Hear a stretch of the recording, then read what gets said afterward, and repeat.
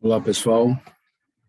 Continuamos a tratar sobre a fisiologia do sistema endócrino na mesma figura que nós terminamos o vídeo anterior, certo?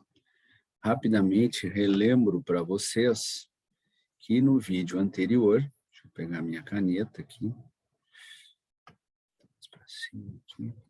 que no vídeo anterior nós falamos sobre o eixo hipotálamo, representado neste caso pelo hormônio liberador de prolactina e pelo hormônio inibidor da prolactina, tá? E, na verdade, o principal inibidor, a dopamina, né, que é o principal inibidor da prolactina, embora não seja a única substância que tem esta capacidade, a dopamina é o principal inibidor da prolactina, tá? E muitas vezes considerado, neste caso aqui, a dopamina tem outras funções, mas neste caso aqui, o hormônio inibidor da prolactina. Representado, então, por esses dois hormônios, ou neurohormônios, né?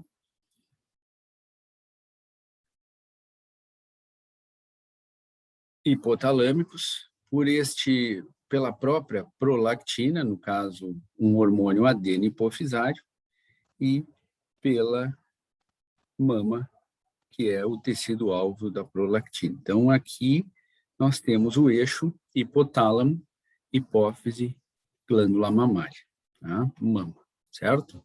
Falamos sobre isso no último vídeo. Lembro para vocês que este hormônio liberador de prolactina, assim como a prolactina, são hormônios classificados como, naquele primeiro grupo que nós falamos, os hormônios proteicos. A dopamina, né, na verdade, é um neurotransmissor, é a sua principal função como neurotransmissor, ela é uma catecolamina, né, da dopamina. Lá na glândula adrenal se origina a noradrenalina e, posteriormente, a adrenalina, que são catecolaminas, assim como a dopamina. E, portanto, quando considerados a sua ação hormonal, elas são classificadas no grupo das aminas, certo? Eu disse para vocês que eu ia falar alguma coisa sobre esses três grupos novamente, e eu vou falar sobre isso depois que eu terminar aqui esta figura, possivelmente no próximo vídeo, certo? Tudo bem. Vamos limpar aqui a figura e vamos passar para o próximo eixo aqui, que é o eixo hipotálamo, adeno-hipófise, tireoidiano, ou hipotálamo, hipófise, tireoide, que está representado por este neurohormônio hipotalâmico, que é o TRH, como vocês estão vendo aí, que é o hormônio liberador de tireotrofina, tudo junto, tireotrofina com F, ou tireotropina com P, de pato, que é a mesma coisa, tá? São formas diferentes, né? São escritas diferentes, porque eu já disse para vocês, esses hormônios, né? Esses nomes, eles derivam do inglês, e em inglês a gente escreve tireotrofin, com PH, né? E PH, vocês sabem, no inglês tem som de F para nós, né? Então, na tradução, muitas vezes a pessoa que traduz não é necessariamente da área, né? Então, PH tem som de F, tireotrofina.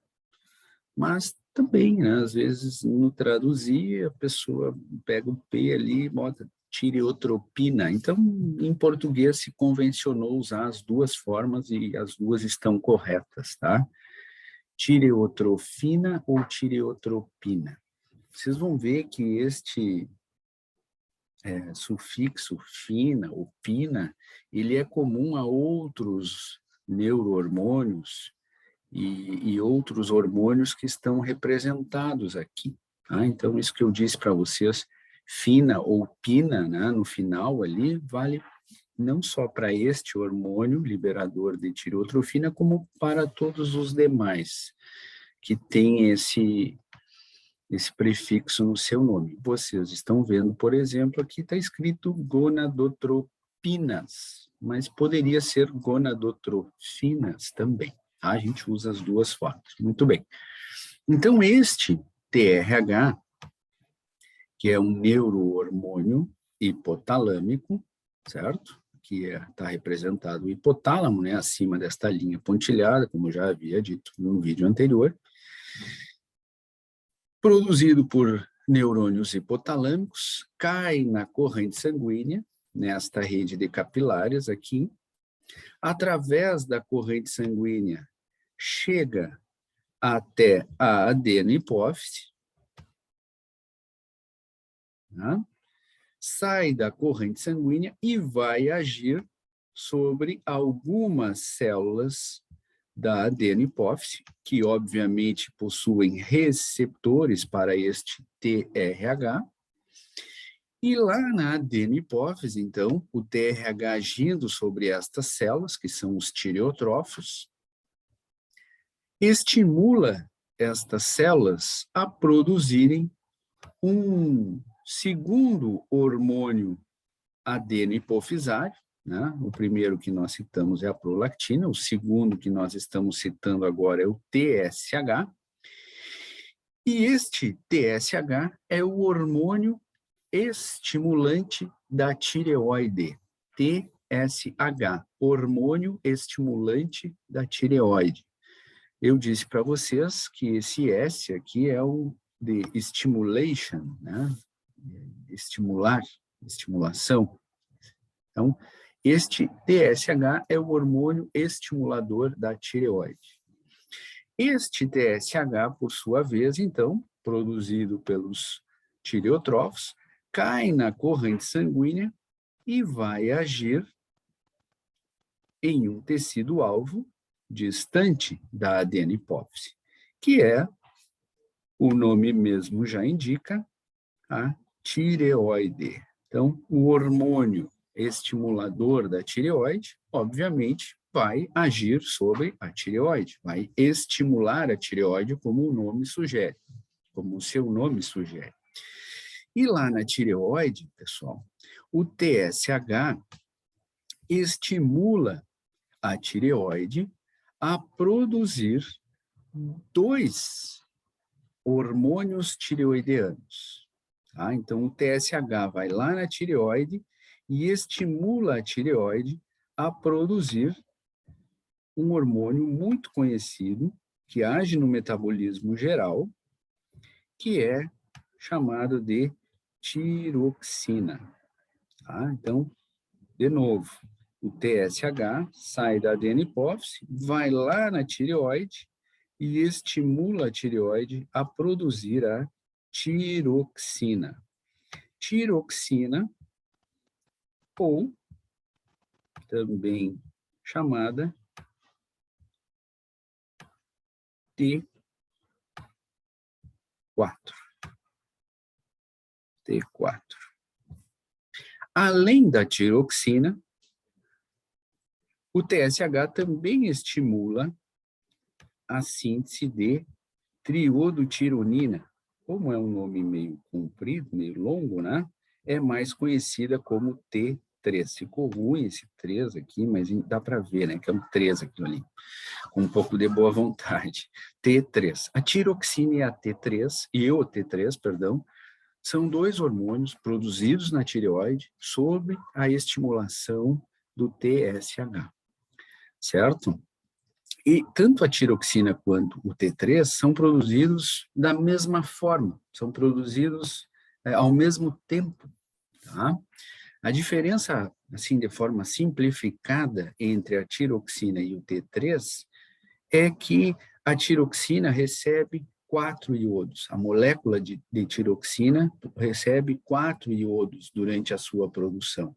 E o T3 recebe 3 iodos durante a sua produção. Nós vamos voltar a falar da tiroxina e do T3 quando nós falarmos sobre a glândula tireoide, tá? A gente vai aprofundar um pouquinho a conversa sobre a tiroxina e sobre o T3. Mas eu já adianto para vocês que são hormônios, como vocês estão vendo aqui, ó, né, que após serem produzidos, obviamente, na tireoide, eles, como diz aqui, agem em muitos tecidos. Ou seja, a gente pode dizer que a tiroxina e o T3 agem no metabolismo geral. Tá? Existem vários tecidos com receptores para tiroxina e para T3, tá? Principalmente para T3, vocês vão ver, que é a forma mais ativa do hormônio, embora a gente produza uma maior quantidade de tiroxina, e a tiroxina tem uma vida mais longa do que o T3, a forma mais ativa é o T3, porque quando a tiroxina entra na célula-alvo, ela perde um iodo e vira T3. E o T3, então, tem mais afinidade com o receptor, né? Certo? Embora a tiroxina também consiga se ligar e se ligue ao seu receptor.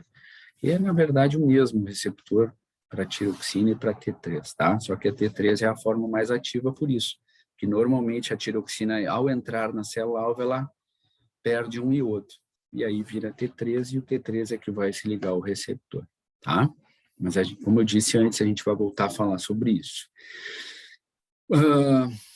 Também, vocês sabem, é um hormônio, a tiroxina, né? É um hormônio muito comum de ser avaliado a sua quantidade na corrente sanguínea em exames de rotina, é avaliado, né? Os médicos normalmente, naqueles exames de sangue de rotina, eles pedem tiroxina, né? Eles pedem a avaliação da tiroxina por isso, porque é um hormônio que age no metabolismo geral, certo? Tem efeito sobre vários tecidos, tá? Principalmente em mulheres gestantes ou que pretendem, né, ficar grávidas, elas avaliam, né, é importante que avaliam, tenham um conhecimento dos níveis de tiroxina, porque os níveis de tiroxina são muito importantes na formação, especialmente do sistema nervoso do feto, né? Então, é importante se avaliar esses níveis de tiroxina, mas não só nesses casos, né? De uma maneira geral, é importante se ter conhecimento dos níveis circulantes de tiroxina, tá? Muito bem, então este é o eixo hipotálamo, hipófise, tireoideano, ou eixo hipotálamo, hipófise, tireoide, representado pelo TRH, um neurohormônio hipotalâmico, pelo TSH, um hormônio adeno-hipofisário, e pela tiroxina e T3, que são os hormônios tireoideanos, tá, pessoal? Então, esta é a relação do hipotálamo com a hipófise, adeno-hipófise especificamente, a tireoide e outros tecidos a partir do momento em que a tiroxina e o T3 agem sobre muitos tecidos, tá bem? Voltamos a falar sobre eles na tireoide. Deixa eu limpar aqui e vamos para o próximo. A próxima relação aqui do hipotálamo e da adenohipófise se dá com as adrenais ou suprarrenais, certo? Especialmente na síntese e liberação e secreção de cortisol, né? Na síntese e secreção de cortisol. Muito bem. Quando a gente fala, então, do eixo hipotálamo, adenohipófise ou hipófise, e adrenal, a gente está se referindo primeiro ao CRH, que é um outro neurohormônio hipotalâmico, que é o hormônio liberador de corticotrofina, ou hormônio liberador de corticotropina, vejam, né? Aquele prefixo ali, fina, ou pina, aparecendo de novo. Tá? Então, o hormônio liberador de corticotropina, produzido por neurônios hipotalâmicos, cai na corrente sanguínea, a mesma história que eu já falei sobre o TRH há pouco, e no vídeo anterior sobre o PRH e sobre o PIH. Tá? Então, cai na corrente sanguínea, chega através da corrente sanguínea aqui na adeno-hipófise, sai da corrente sanguínea e vai agir sobre as células que possuem receptores para CRH, estimulando agora outro grupo celular, né, os corticotrófos, a produzirem este hormônio aqui, que é um terceiro hormônio adeno-hipofisário, que é o ACTH, que é o hormônio adenocorticotrófico, ou hormônio adenocorticotrópico. Mesma coisa, tudo junto. Adenocorticotrópico, ou trófico. Adenocorticotrófico, ou adenocorticotrópico. Este é o hormônio adeno-hipofisário, que cai na corrente sanguínea após ser sintetizado, é liberado na corrente sanguínea e vai agir em um tecido-alvo distante da onde foi produzido, que é na adeno-hipófise. E este tecido, alvo do ACTH, são as glândulas adrenais ou suprarrenais.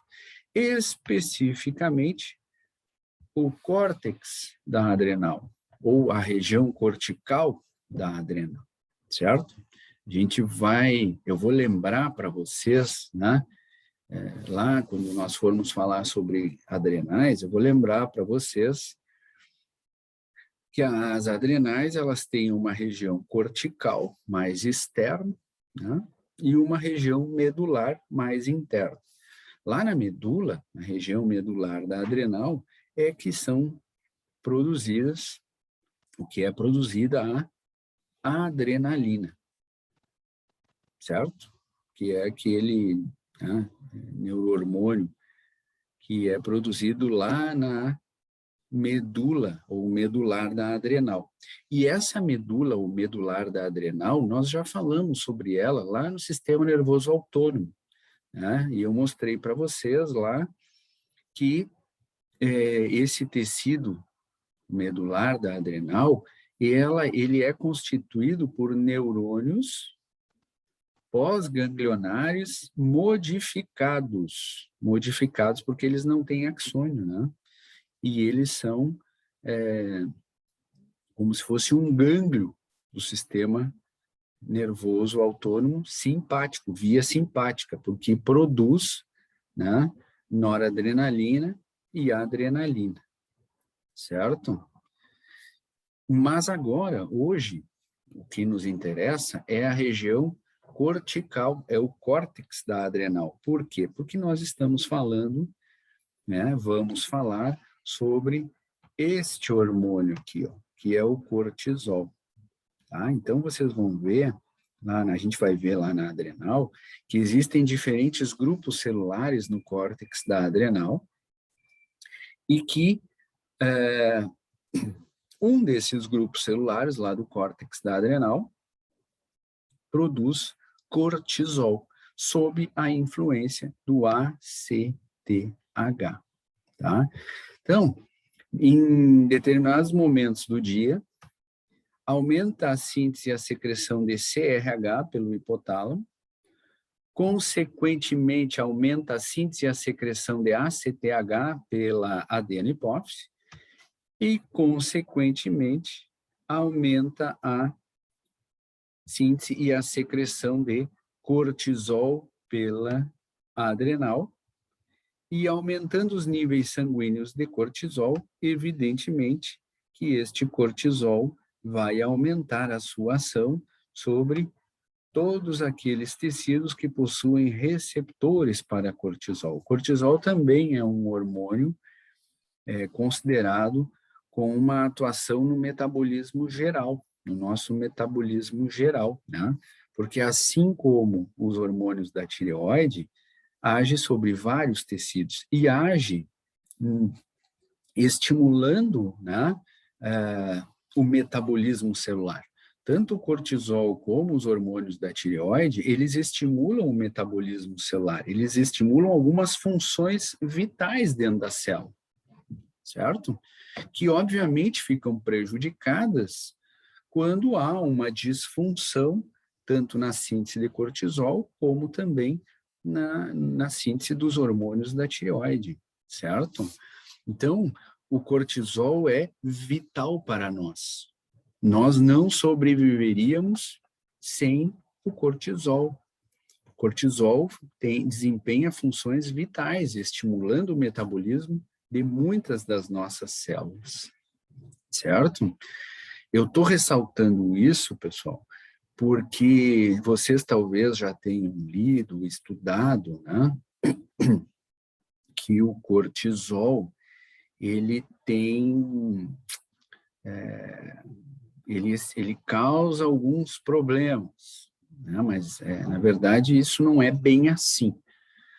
O que nos traz problemas é, obviamente, a falta na síntese de cortisol e também, digamos assim, o excesso, mesmo que temporário, nos níveis sanguíneos de cortisol. Ou seja, em determinadas situações que podem ocorrer durante um dia ou durante alguns dias ou vários dias ou semanas e até meses, né, em que nós estamos naquela condição que hoje todo mundo conhece, né, que é o estresse.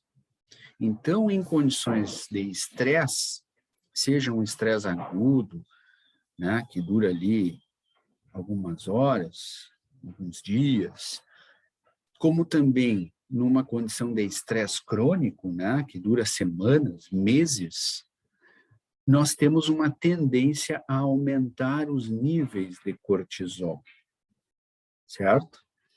E estes níveis de cortisol acima do fisiológico, digamos assim, durante um tempo considerável, pode nos trazer alguns problemas, certo?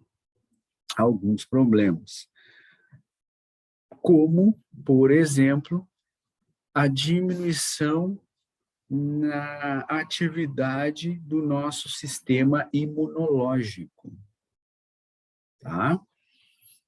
E quando nós diminuímos a função do nosso sistema imunológico, consequentemente, ficamos mais suscetíveis ao desenvolvimento de enfermidades, né? Nós abrimos uma porta. Quando o nosso sistema imune está deprimido, nós abrimos uma porta para, por exemplo, bactérias, vírus, especialmente, né? Mas nós também podemos abrir uma porta para o desenvolvimento de doenças crônicas, certo? Porque o nosso sistema imunológico, pessoal, ele age como um scanner no nosso corpo, né? As nossas células de defesa, elas estão constantemente circulando no nosso corpo e escaneando o nosso corpo. Qualquer agente invasor, elas vão tratar de atacar esse agente invasor e combater e eliminar, evitando o desenvolvimento desses agentes invasores e evitando que eles nos causem enfermidades. Assim como estas células do sistema imunológico detectam qualquer célula alterada, proliferação de célula alterada, que está também acontecendo no nosso corpo, né? As nossas células, a maioria das nossas células estão se multiplicando, se renovando, e nessa multiplicação, nessa renovação, às vezes acontecem algumas alterações, alguns errinhos, digamos assim, né? E qualquer célula alterada deve ser também, normalmente combatida, destruída pelas nossas células de defesa. Por isso que eu dei esse exemplo, né? Que as nossas células do sistema imunológico estão constantemente nos escaneando, entre aspas, e qualquer alteração, qualquer agente invasor, elas tratam logo de combater. E normalmente obtêm sucesso nesse combate e evitam que estas células alteradas se proliferem. Isso nem sempre acontece quando, repito, o nosso sistema imunológico está deprimido, né, por um tempo considerável, e aí nós ficamos mais susceptíveis ao desenvolvimento de enfermidades. Tá? Mas não pensem que o cortisol é um vilão. Não, o cortisol não é um vilão. Ele é um hormônio vital para nós. O problema é que quando nós somos submetidos a situações que nos deixam estressados, nós temos uma tendência a aumentar a taxa e manter a taxa de cortisol elevado na corrente sanguínea por algum tempo, e isto pode deprimir o nosso sistema imunológico.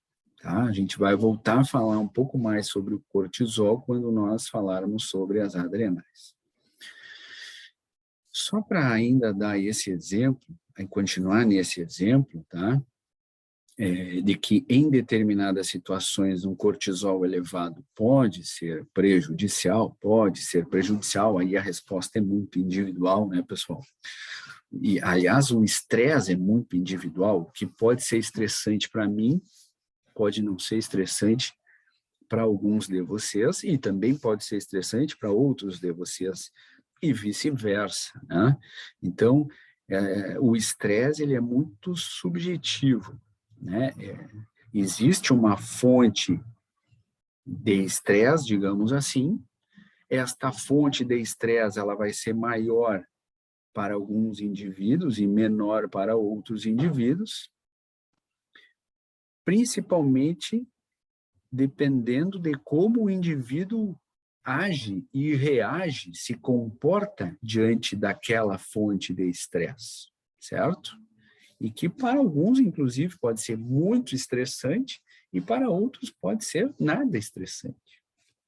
Então, o estresse, ele é muito, a resposta a esta fonte de estresse, ela é muito individual, ela depende muito de cada um, né?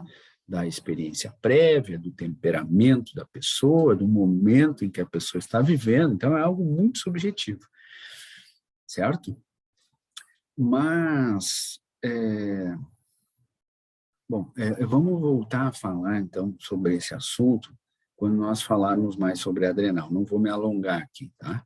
Apenas quero que vocês lembrem que nós já desmistificamos um pouco o colesterol, né? O colesterol, ele não é um vilão. As moléculas de colesterol são vitais para nós e vocês já sabem disso, né? E dois exemplos disso, um nós vimos no sistema, lá no início da conversa, na fisiologia, né? Que existem moléculas de colesterol, por exemplo, nas membranas plasmáticas, e são vitais para a formação da membrana plasmática. Aqui nós estamos falando em hormônios, e um dos grupos de hormônios são esteroides, né? E vocês sabem que os esteroides são derivados da molécula do colesterol, então colesterol não é, ele é vital para nós. O problema é o excesso de colesterol.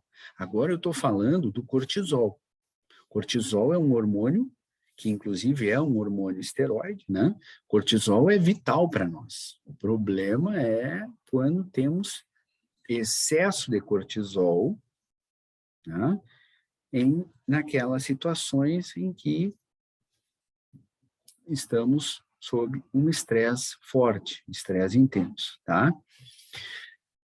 Bom, agora eu lembrei, né? Tenho que localizar estes hormônios aqui naqueles grupos, tá? Que nós estamos utilizando, aqueles 3 grupos que nós estamos utilizando para classificar os hormônios. Este CRH é um neurohormônio que é formado por aminoácidos, portanto, ele é proteico.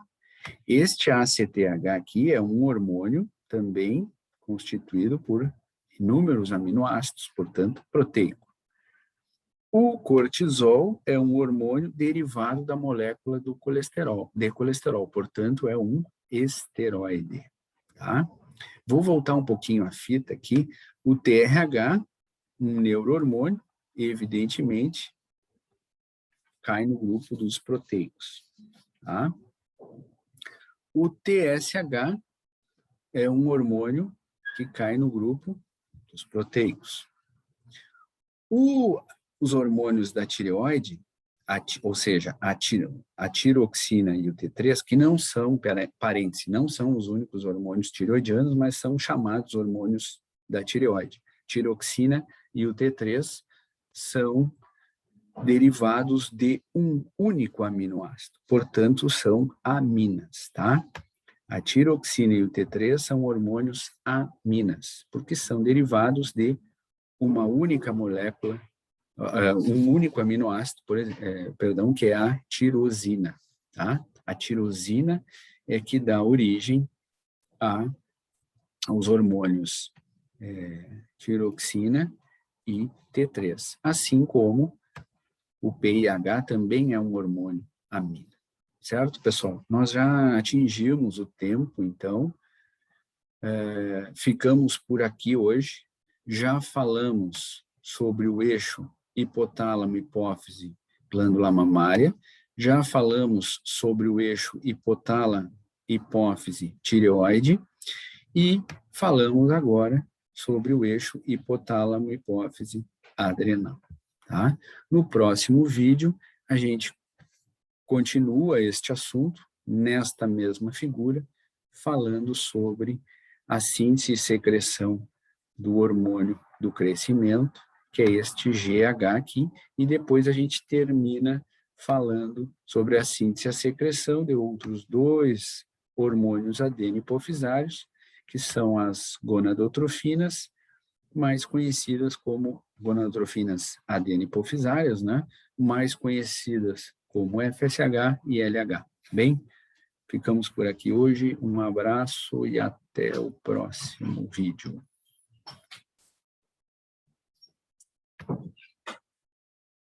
Aqui.